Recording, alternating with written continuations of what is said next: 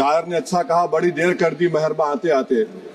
मैं आपके जरिए से वजीर दाखिला से अपील करूंगा कि मुझे खामखा बदनाम किया जाता है कि मैं बी टीम हूं, तो आप अपने तरफ से 5 मिनट दे दीजिए।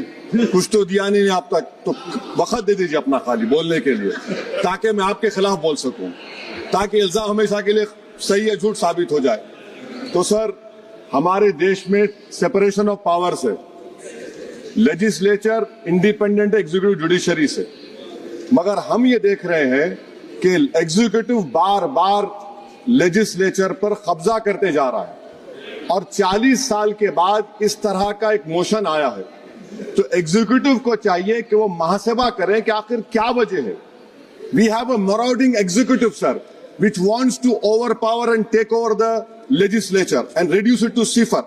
सर, द स्पीकर जो मुकाम है, 6ठा मुकाम है उनका, प्रेसिडेंट, वाइस प्रेसिडेंट, प्रधानमंत्री, डिप्टी प्राइम मिनिस्टर के बाद 6ठा मुकाम है, सीजीआई के बराबर है। सर, नीलम संजीवा रेड्डी ने क्या कहा था स्पीकर के बारे में, Kaul and Shakdher page number 124 देख लीजिए।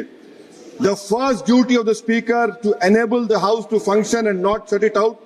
The house is paramount, not the speaker who can claim no inherent right to override or bypass the house or to arrogate to himself powers and functions which belongs to the house।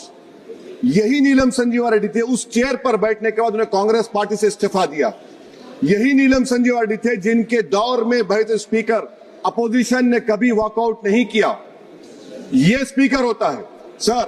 और आप जानते हैं कि मौलांकर को बाबा parliament कहा नेहरू ने, और यही मौलांकर ने नेहरू को कहा था कि खबरदार ऑर्डिनेंस जारी मत करना।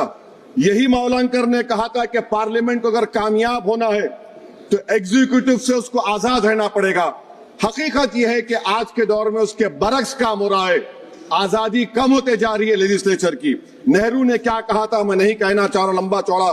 सोमनाथ चटर्जी ने इसी कुर्सी पर बैठकर सुप्रीम कोर्ट की नोटिस को नकारा और कहा कि सुप्रीम कोर्ट को कोई अख्तियार नहीं है लोकसभा के अंदरूनी प्रोसीडिंग में मदाखलत करने का।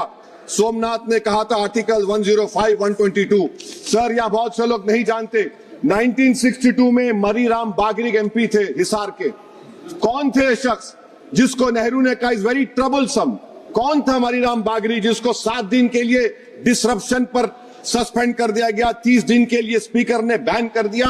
नेहरू के घर पर जाकर प्रोटेस्ट किया, पुलिस ने एफआईआर दर्ज किया, पुलिस अरेस्ट करने आई और ये बागरी साहब हुकुम सिंह स्पीकर के पास आकर के मुझे अरेस्ट से बचा लीजिए। स्पीकर ने कहा कि पार्लियामेंट के उस ग्राउंड में जाकर रह जाओ।